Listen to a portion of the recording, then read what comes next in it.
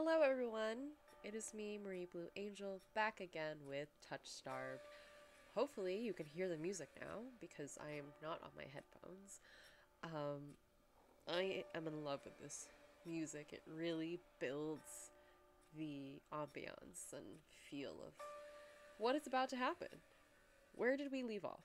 So, um, main character has basically just woken up in Iridia, the city of knowledge, and she has woken up in a medical office owned, not owned, but like the doctor, the person she encounters is a doctor, whose name is Kuras. Um, Kuras? Kuras. I'm gonna say Kuras. But we have an interaction with him, and things are getting a little bit more substantial in terms of finding out more information about each other. But then we are interrupted by someone knocking at the door, and I wonder who it can be.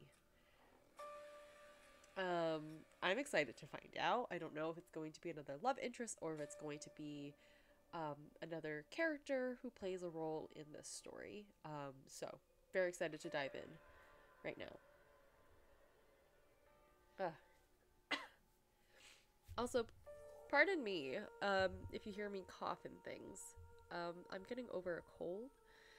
And so, you know. But the game couldn't keep me away from playing.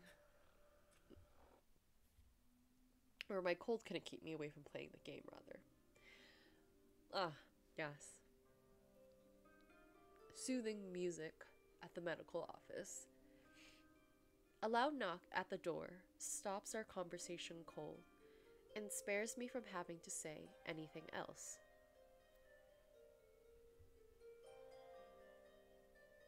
Duty calls. Unfortunately, you are not my only patient today. Well, duh, you're a doctor. I do not expect to be your only patient. But it's terrible that timing is quite poor. The knocking grows more insistent, and Karas lets out a tired sigh. Please wait your turn. Though he says it quietly, the clamor on the other side of the door abruptly stops. Oh. Do you need anything before you leave, Chantel? Oh. Between the soulless attack and my miraculous survival, I'd almost forgotten why I came to Iridia in the first place. I need directions to the cenobium. The cenobium? His gaze turns quite angry. A beautiful, angry face, but angry nonetheless, and a little scary. The look on his face is downright chilling. He pauses, choosing his words with cold deliberation when he speaks again. I'm gonna turn down the music a little bit. Whatever you seek, it is very unlikely you will find it there. The cenobium's gates open for precious few visitors. Even if they did, you would not like what you found inside. That's a bit ominous. My heart sinks. Is he saying that I came all this way for nothing? Risk life and limb for nothing? No, that can't be. I've only just arrived, and Iridia is the largest city still standing. There has to be a cure for me here. Then if not the cenobium, where would you suggest? Do you know anyone else in Iridia? I shake my head. Then I suggest a local guide. Head to the Wet Wick and ask for Leander. Excuse me? The wet what? The Wet Wick. He sounds deeply unamused. Follow the postings advertising Leander's Bloodhounds. Leander's Bloodhounds. They are difficult to miss. When you meet Leander, tell him I sent you. Karas has a very amused kind of face right now. I'm assuming he and Leander are acquaintances, at the very least, if not friends. Who knows? That isn't much to go on, but Karas points toward the clinic's back door. You will be safe so long as you do not draw attention to yourself. That's easier said than done. I've always been a magnet for the worst sort of attention. If you require my assistance, you may return whenever you wish. I would like to return. Right now. Obviously not right now, but I know that I would like to return. To see this man again. Though he's smiling, there's a note of finality in his voice. Resigned to my dismissal, I slip out the back door. Ooh, look. Ah, I like these colors. With the green and blues, with the browns and yellows. Ooh, sorry. I find myself standing in a narrow and rather gloomy alley. I pull the new cloak up over my nose, stepping over the contents of chamber pots that have been emptied into the street. Something weighs heavily inside one of the cloak's pockets. My coin purse. Everything is still inside. Every last coin that I'd scraped together for the journey to Iridia. It doesn't even look like it was opened. There were so few coins to begin with, they probably weren't worth stealing. I glanced back at the clinic's closed door. Karas didn't take any payment. He didn't even ask for a future favor. I mean, he did say he was a doctor, and this is like the doctor's oath, and I forget what it's called. But he is a doctor, and he wants to help people, which is very generous. I'm going to take this at face value of what it is. That this might make our main character want to do a favor for Karas in the future. I don't know. I mean, if I were in this situation, I feel like I'd be more likely to do that. Especially because the person who helped me and sewed back my arm on didn't ask for any payment, or even hinted at a future favor in return.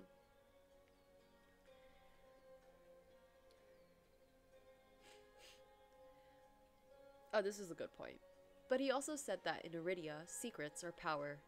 Does he expect me to give up mine at some point? Maybe, I'm not sure. That's not exactly a comforting thought. Still, no matter why he did it, Karas gave me a second chance, and a lead on where I might find help. Ooh! The clothing lines. I like this. I'd better get going before he changes his mind. I squeeze out of the alley and into the crowded main street. The line outside Karas's clinic stretches down the road already. Two thin peddlers queue alongside weathered elders.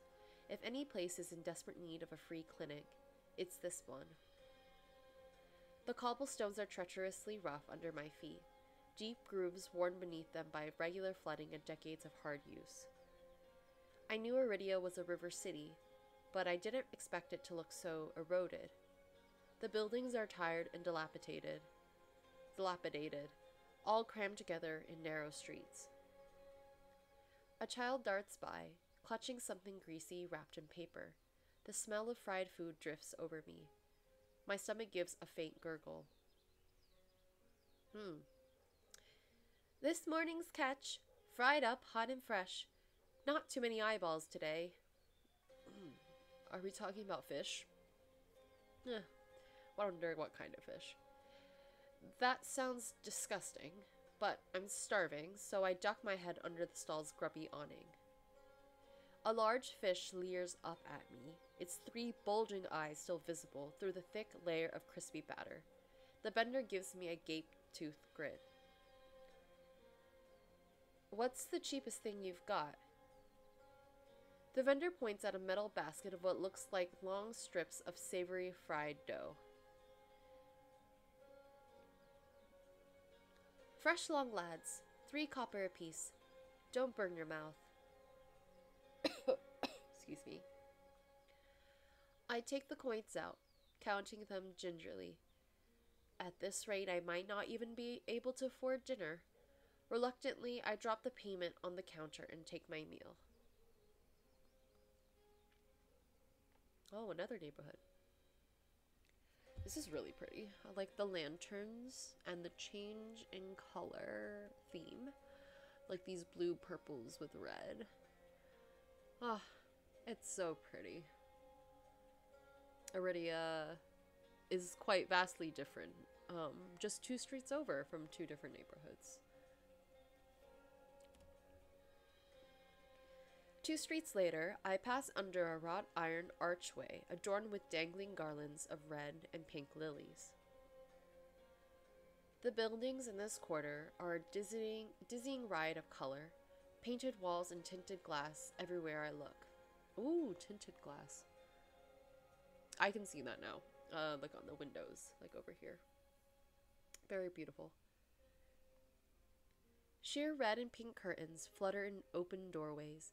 Musical voices call out invitingly. Incense mingles with the pungent scent of flowers, barely covering the salted musk of warm bodies. This must be Iridia's entertainment district. I'm polishing off my food and dusting the crumbs from my hands when I spot a poster. It features the silhouette of a smiling man wearing a single dagger-like earring and the word Bloodhounds printed above his head.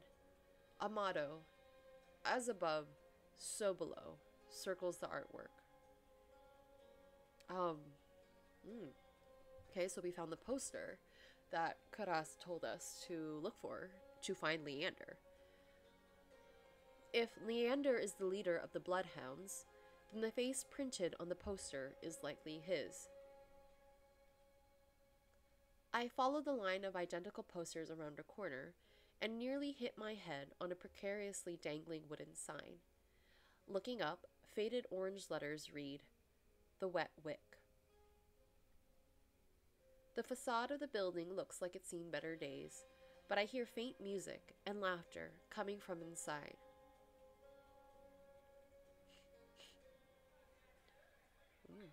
Ooh, look at the bar, the Wet Wick. I love how the lighting is just like where all the drinks are, like under the shelves, and at the back of the shelves to like illuminate all the spirits and alcohol and such. This is a fun background, and I wonder what adventures lie here. Ugh, it's so beautiful. I'm gonna do this like probably the entire way through and looking at all the backgrounds because they're just spectacular. Okay.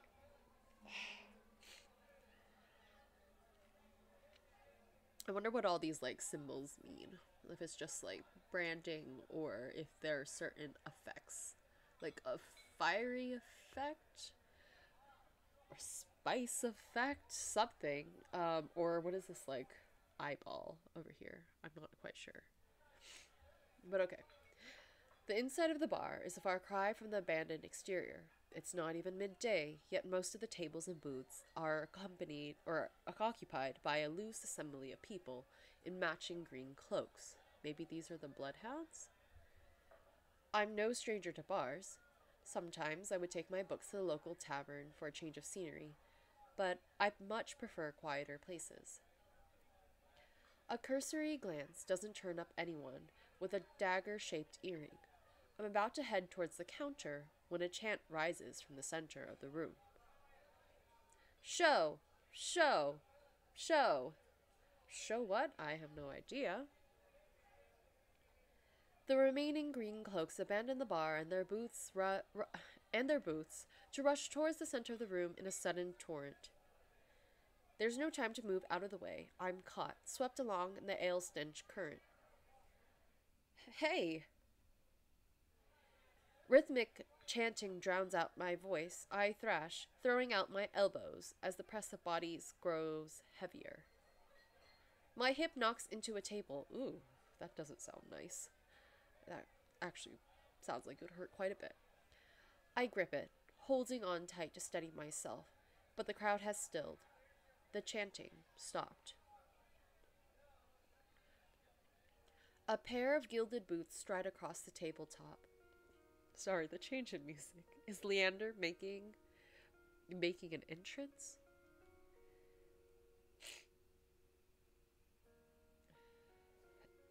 Oh, there's someone with a sword dangly pointy earring with a snake hoop. Look at this. Is this Leander? Seriously, you dogs, again. Scattered laughter and cheers rise from the audience. I drag my eyes upwards. Hi. A well-dressed man stands on the table in front of me, his broad shoulders framed by the thick lapels of a trench coat. It's a nice trench coat. This really is the last time, all right? This time when he speaks, the audience falls silent, as though bewitched by his magnetic presence or rich, low voice. Ooh, a low voice. How lovely. But nothing is as captivating as his smile. He beams at the crowd around him, a performer on his makeshift stage. What does he do? What does Leander do? There's a flower right here. What? Magic? We do live in a magical society where magic happens. Okay. Don't blink, or you'll miss it. He laughs, and the dagger-shaped earring dangling from his left ear catches the light in a flash of gold. It would seem I found Leander. He raises his hand above the audience and snaps. A flash of pale green light, real magic, no ordinary stage trick, blinds me. Oh. Whoosh, the flowers. As the brilliance ebbs, my gaze refocuses on the mage towering above me. First of all, wow, I had to move the little box because I also wanted to see Leander's belt. It's really... I wonder what the centerpiece is exactly. And also, obviously, a place for a dagger. And I also like this piece, the diamond brooch. Ugh. It's just a very nice outfit. Oh, with the gloves also. But also, flowers. How beautiful.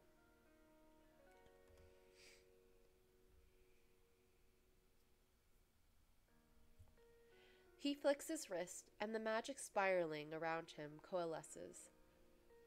A delicate flower stem sprouts from between his pinched fingers. One by one, glowing lily petals spring forth. Oh, I thought those were lilies. I'm not the best at identifying flowers, though, but they're gorgeous. With a flourish, the mage presents the conjured flowers. The audience bursts into clapping and cheers. My mouth hangs open, and not just on account of the impressive performance. There was no incantation, no spell circle.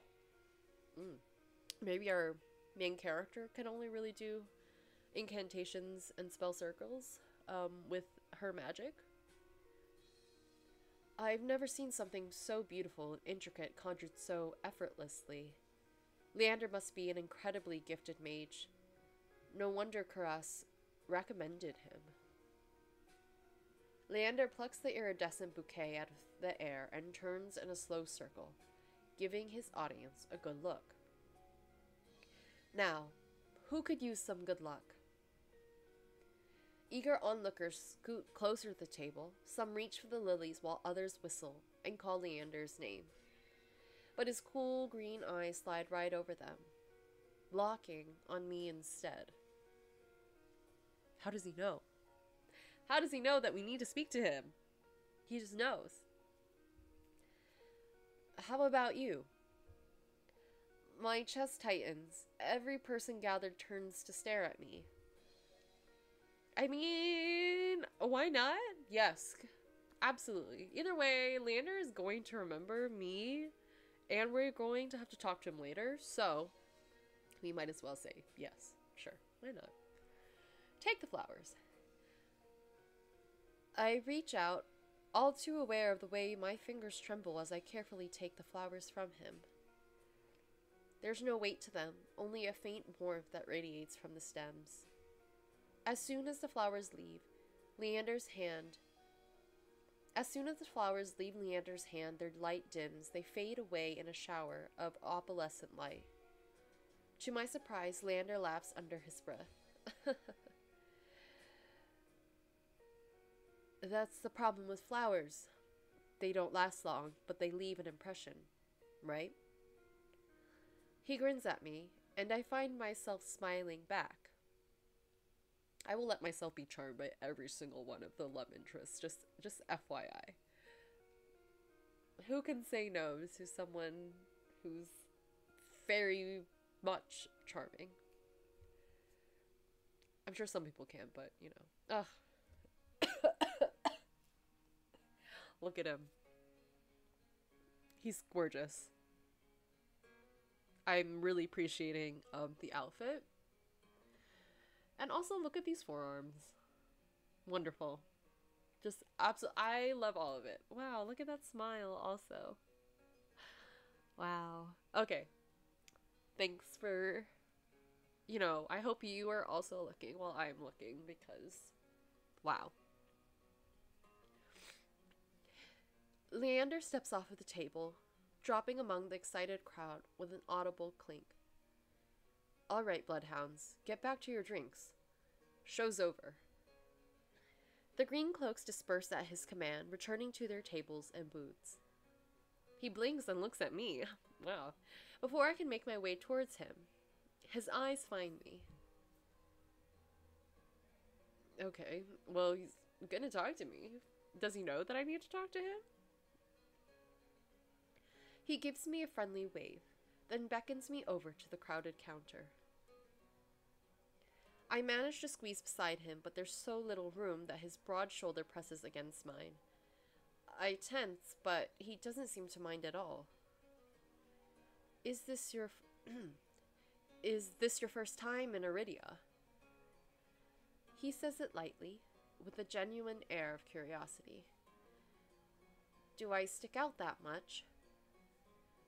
No, but I'm certain I'd remember seeing a face as lovely as yours around Lowtown.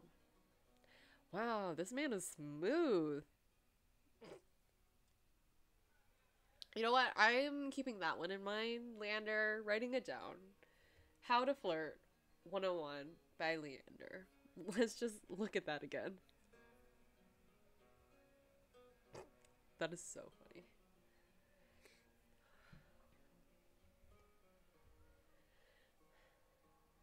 My eyes flicker to the polished countertop. I'm not used to flattery, and being this close makes eye contact difficult. I think that's so fair in general. I think that's fair in general. As if on cue, the bartender approaches us. What can I get you? Look at that smile. Surprise me, and add anything my friend wants to my tab. I really love the dangly sword hoop earring. By the way. I wasn't expecting the generosity, but I have to admit I do feel a little thirsty after all that fried dough. I mean, if you want, I'll take water? I don't know if I should save. I'm gonna save. I'm gonna say water because can you imagine having fried dough and not having water? It would bother me. I don't know if it would bother you, but it would bother me. But it's like water free. Would I like be kind of like snubbing his hospitality and his generosity if I just say I want water? I'll just get water. Water's good. Water's fine.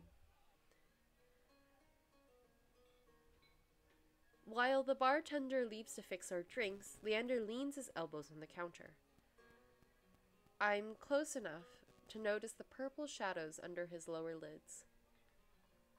His eyes wander over me in return, but when they lock on my bandaged hands, a sour taste rises in my throat. Here come the questions.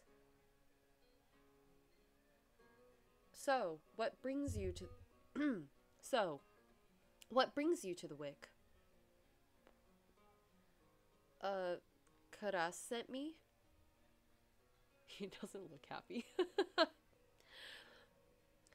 He pushes his hair back from his forehead, but it immediately falls back right into place. So it's about work. The bartender pushes a pair of glasses our way. I don't realize how thirsty I am until the cool water touches my lips. I drain the water in a single gulp.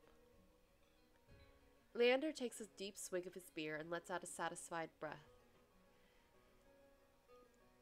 How can I be of assistance?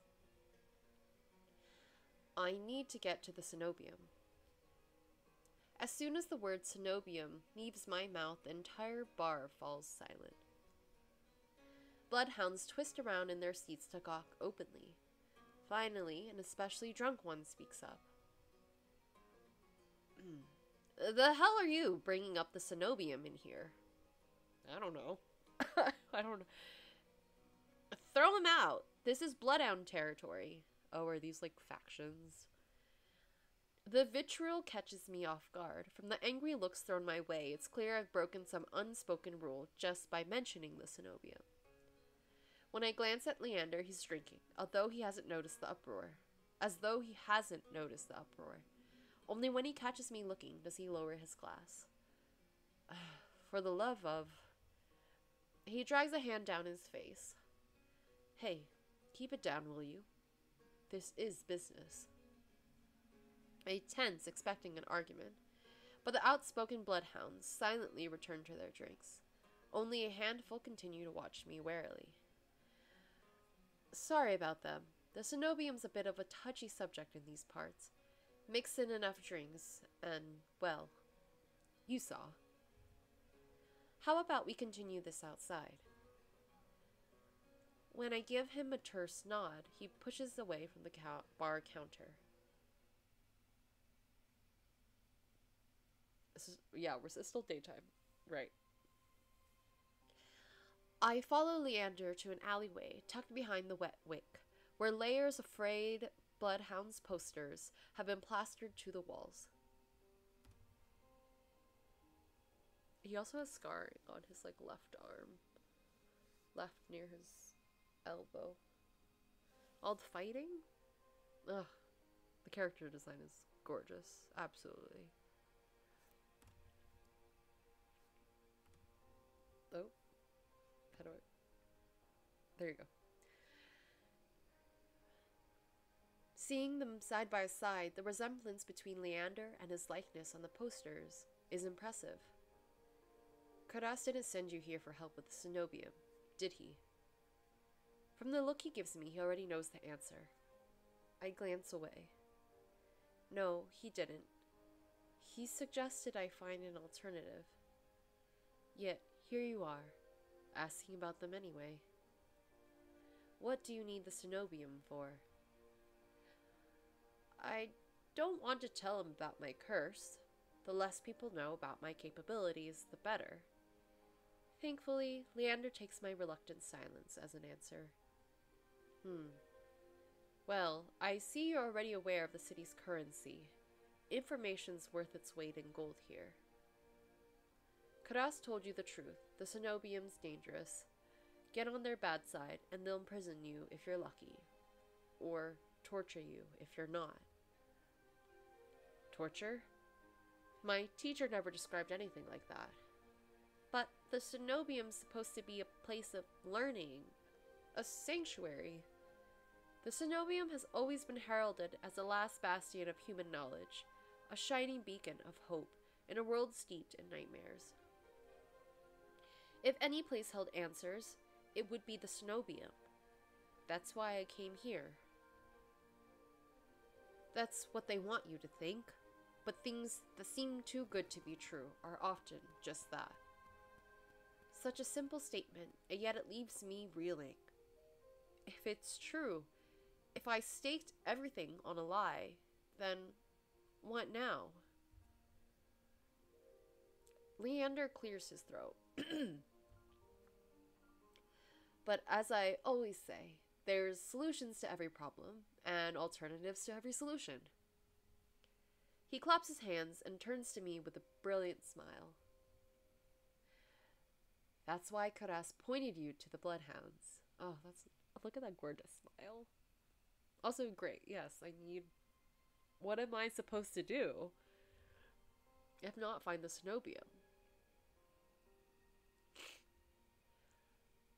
Let us help you, whether it's hunting soulless, finding people, or recovering stolen valuables. We can do it all. And free of charge. I'm shaking my head before he's even finished his practiced speech. My patience is wearing dangerously thin. Listen, I appreciate the offer, but my problem can't be solved by a group of good Samaritans. To my chagrin, Leander nods slowly. Chagrin? Chagrin. To my chagrin, Leander nods slowly.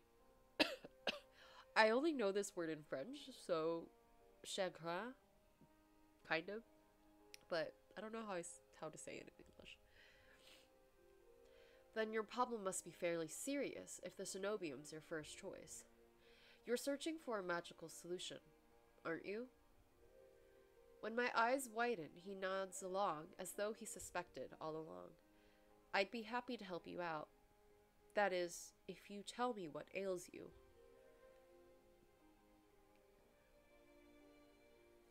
Leander might not work for the cenobium, but if his show was any indication, then he's even stronger than the mage who raised me. She couldn't do anything about my curse, but maybe... I'm silent, plagued by indecision. I don't know if I can trust him, but it's not like I have any alternatives. I hate to admit it, but this could be my only path forward. My confession comes in a pained whisper. I'm cursed. Cursed? Oh, now I'm very curious. What kind of curse? Something ancestral or more recent? He looks me up and down, taking in my face, my eyes, and finally, my hands. It's your hands, isn't it? I wait until I'm certain my voice will remain steady before answering. My touch is dangerous. It changes people, hurts them. Before I've even finished, Leander begins taking off his glove. He tugs his left hand free and flexes his fingers. Let's see it. He's just so gung-ho about this. I don't think you want to touch our hands. They're cursed. And like the traveler from earlier, in the first part, that traveler kind of went crazy. And had very negative side effects. And it was very scary. And the only reason our main character survived was because a soulless ripped through that person.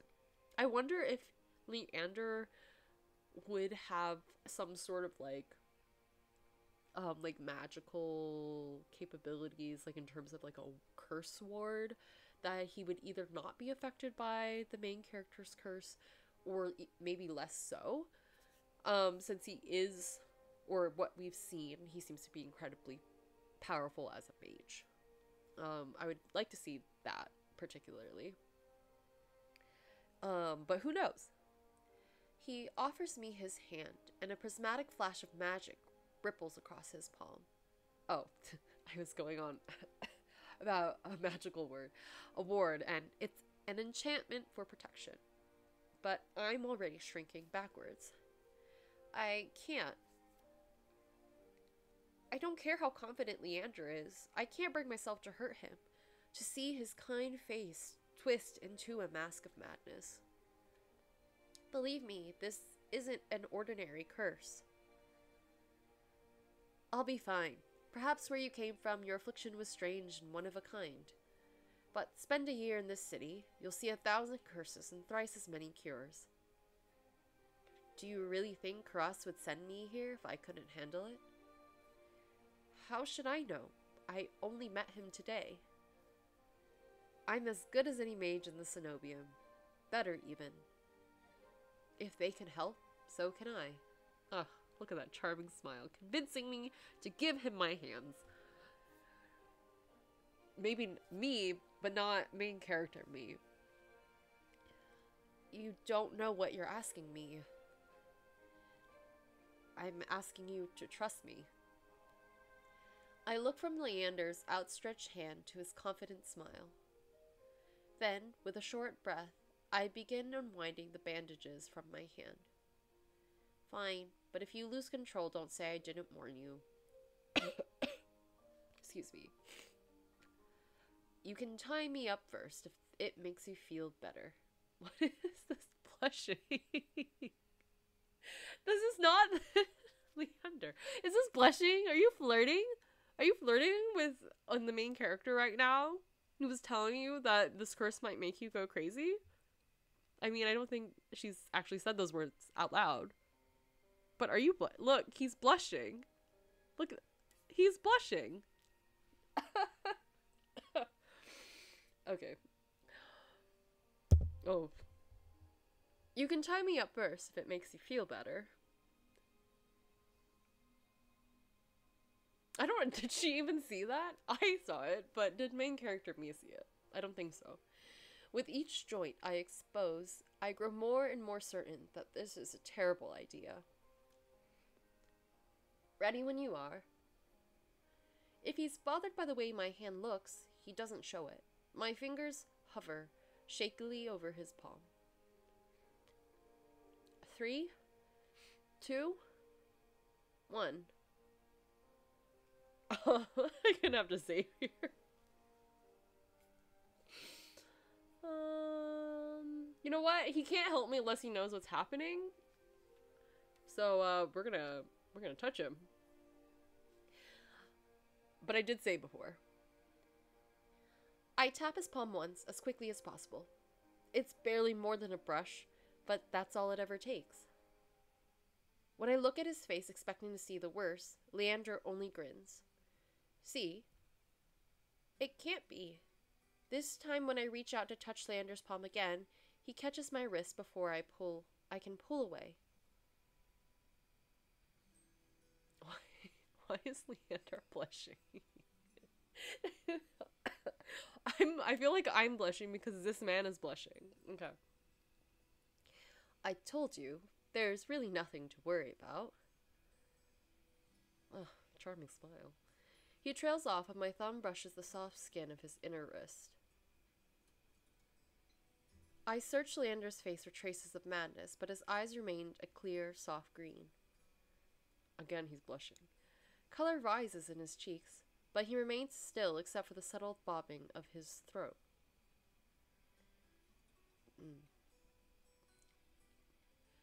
Neither of us speak as I trace the contours of Leander's palm, lost in an awareness I wasn't prepared for. I've been with other people.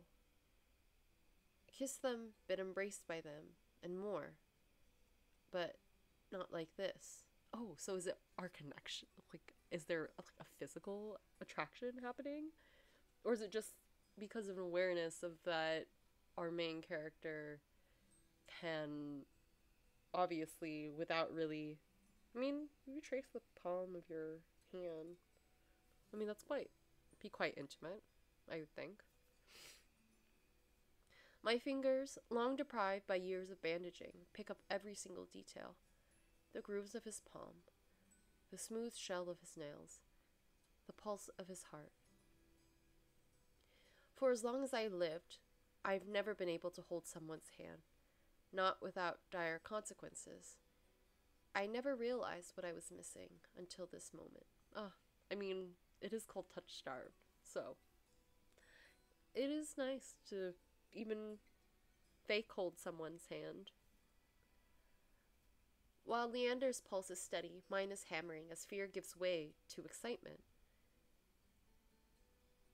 Um, I'm gonna let him go. Just, I don't know. I draw my hand back. I mean, he's obviously not saying anything, but I don't want this to be like not not welcomed with a longing touch, a prolonged touch rather. I draw my hand back and take a steadying breath. My head feels as though it's stuffed with cotton. Habit alone guides me through the motions of rewrapping my hands, although my fingers tremble too much for the bandages to lie flat. I can't believe that worked. Wait, he doesn't even know my name, I forgot. May I ask your name?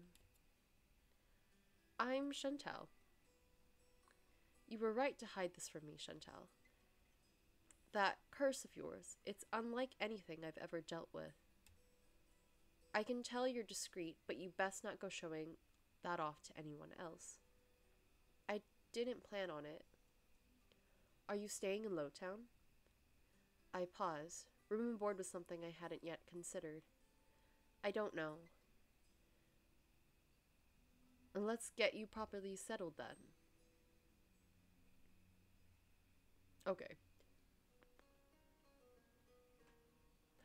I'm gonna stop here because that was already a lot and it's already been over 40 minutes. I'm really loving this demo. I don't know how long it's gonna go for, but I'm very excited to play it. I might even play on screen with the other options at the end, but I'm not quite sure yet. But I'm absolutely loving this. If you're still watching with me, thank you. So far, between the two love interests that we see, Kuras, the medical doctor, and Leander, leader of the Bloodhounds, do you have a preference between one or the other?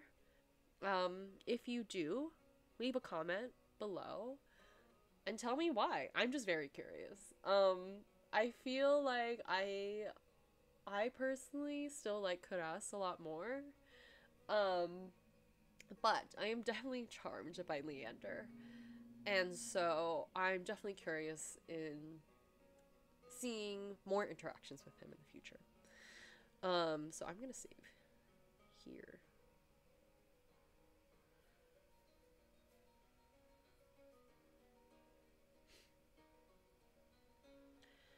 But yeah, this has been Marie Blue Angel.